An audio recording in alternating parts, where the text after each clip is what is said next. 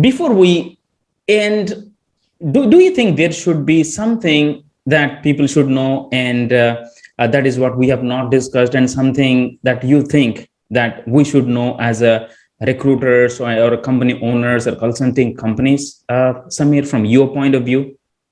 I think, I always talk to my teams and, my colleagues, my friends around, just then, like, hey, do whatever that you're passionate about it. Just because your brother got into recruitment, your cousin works as a recruiter, so he wants to do it. Don't do that, because it won't make you very successful. And don't chase your own dream. Don't chase somebody else's dreams. If you chase your own dream, if that dream is to wants to become a recruiter, wants to work in the staffing industry, wants to work with services industry, whatever it was he wants to do it, that's your own dream. You're not chasing somebody's dream. Yes, absolutely. I'm definitely going to add this. And one more thing, I would definitely want to know that how do you maintain your charm and your energy? Because you look young year on year. What do you do, Chief? No, so thank you for that. But I think again, I'm just saying, stress kills people, right?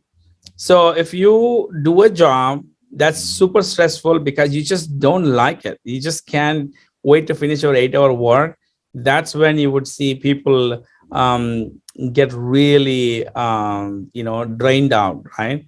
But pick a job that you really likes to do it, and because the passion takes you off the stress on you. And I think when you do more what you like, you would stay the same, and also that radiates the passion for other people, and they start to like you, they want to follow you. There are a lot of things they do that, but you could influence yourself to your own family members, kids and stuff, and then outside, you were obsessively passionate about what you do. It, I think that's what I do. That's what whatever I do, I'm obsessively passionate about the stuff. I spend long hours. I work very hard, but I do because I likes to do it. And I just joke around. Weekend holidays, 2 days is good enough. You get more than 2 days, I get bored. I just don't like too many holidays for myself. And not everybody's same. I spend time with family and all of the stuff, but I just love to do what I like to do. So I really enjoy long, unless I travel, which I love to travel around.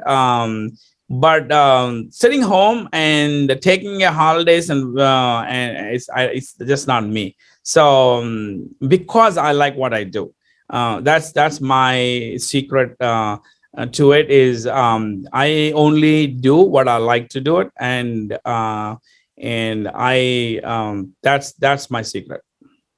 Yes, thank you so very much for sharing that. And yes, you were an employee one point of time. Now you are a self-made entrepreneur. So how did you build that muscle?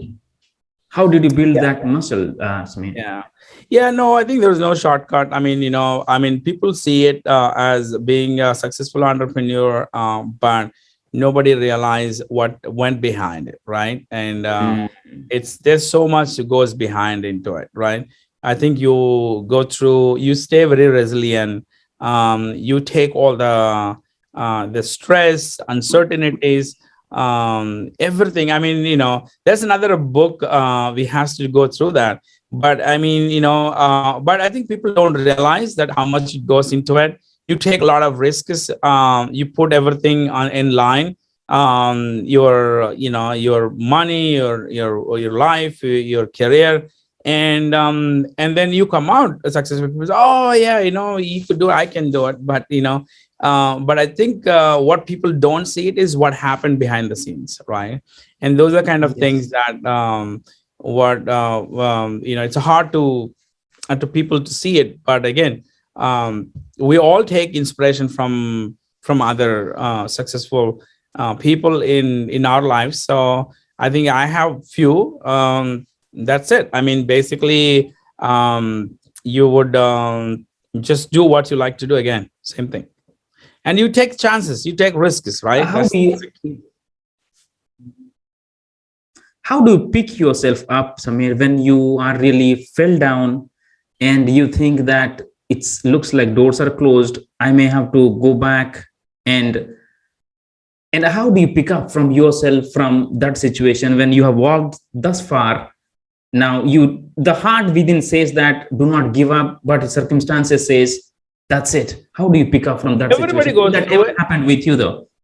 Everyone goes through that. Everyone goes through it at a certain point. Why am I doing this? And is this really the right thing for me? I think it's just we're all humans, right? And people said, "Oh, I never had it." They're probably lying through their teeth. And I think everybody goes through that.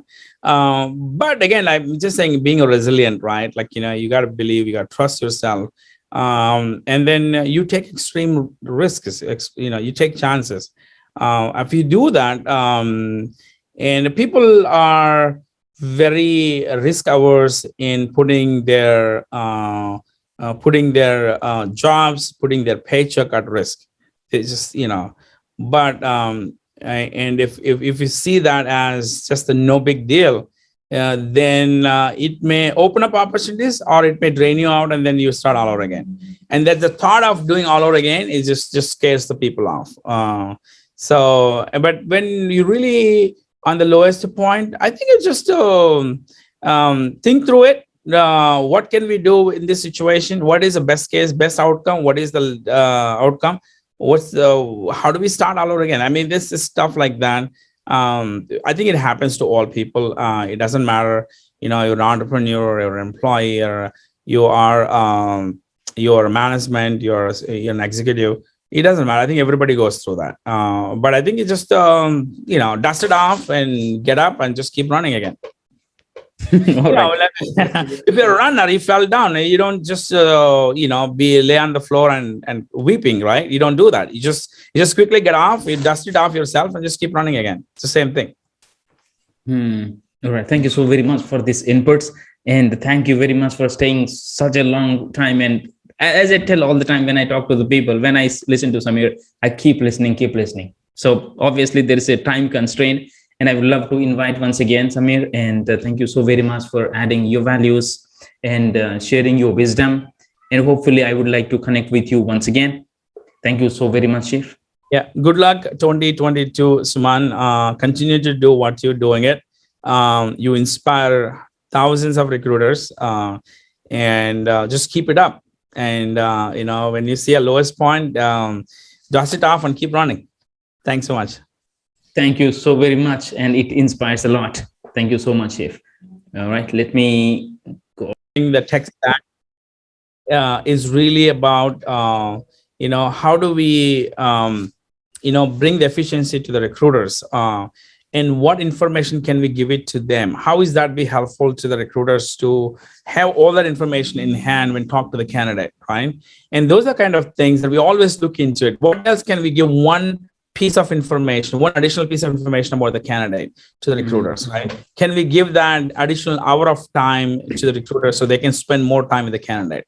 End of the day, we're human to human interaction, right? Yes. People have this perception that AI is come and replace the recruiters. No, there's nothing. I think it just brings the more efficiency to the recruiters because they give more time to the recruiters so they can spend time with the candidates. AI cannot spend time with the candidates.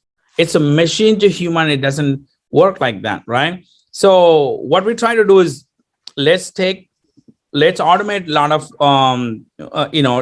behind the scene tasks, give more insights about the candidate, give more insights about the job, give more insights about the employer.